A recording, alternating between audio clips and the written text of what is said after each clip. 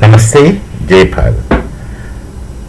Before, there was no restriction of bringing any amount of money to Bharat. There were people funding different agencies in Bharat. Nobody bothered. Once upon a time. Oh, there were rules, but no one really bothered. Where this money was going, all this foreign funds were going against the interest of Bharat, to create insurgencies in Bharat, to create differences among the people of Bharat, and etc. etc. umpteen number of differences and problems. The money was coming.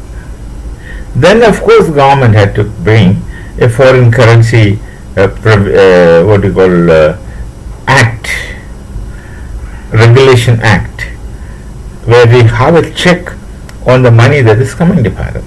These money were used to go to that Naxalites and many churches. And the money which goes to in the name of churches don't go to Christians, poor Christians, or deserving Christians. It used to go to into the pockets of certain privileged sects of people who in the name of religion were thriving. There's hardly any difference between the communist leaders and such caste leaders, not all. Communist leaders will speak of socialism, this thing, that thing, equality, all kinds of nonsense. And then finally, their children will be buying Harley Davidson's bikes. This is what we experience in China.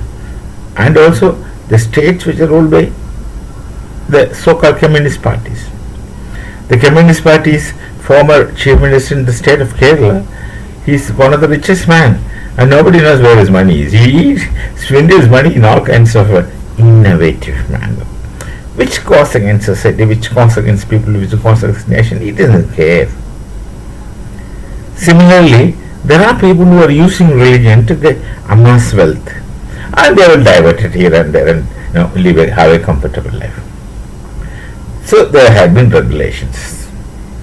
So this check had disturbed people. The normal flow of money suddenly gets suffocated. It's something like the Bangladesh-Bharat border. The infiltrators from Bangladesh who are trading in drugs and arms and etc., suddenly found it difficult to go ahead with their normal work which they are used to.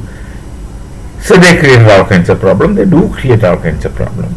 Similarly, these people who are using religion to get money and live an entirely different kind of life, they only know that. They had been doing that for many, many years. So they know only that. So suddenly they are disturbed. Now they have done this wonderful job. Thousands of debit cards from foreign accounts were brought to Bharat. Crores of rupees were withdrawn from ATM counters. Where this money goes?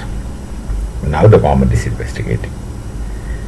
See, they find ways and means to continue their operation because they can't help it. The only thing that they know is that these people were making a living, not just making a living, they were making a luxurious living with all kinds of comforts which one can think of without doing anything by this kind of subaltern methods of procuring money.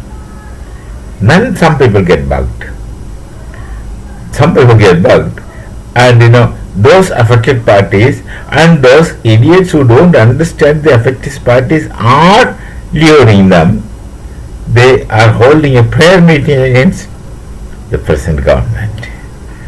Before the elections, they were very vociferous and vocal and very arrogant, but now, of course, they think that prayer story will work out. Missionaries, for conversion they need money, for operation they need money. All right. But why do you go about converting people is a question that one should ask. Why do you go about converting people? If somebody thinks that he wants to get converted, hell with him. Let him go and do whatever he feels like. That's individual choice.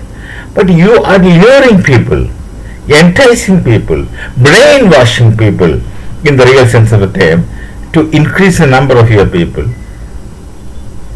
Is it so that you have a different intention? Possible. So all these things becomes very dangerous. Well, one should think about it at times, and one should, when you interact with such people, be conscious and cautious at the same time about interacting with these people. One should. Let's meet again. Namaste. Jai Bharat, Jai Sri Ram.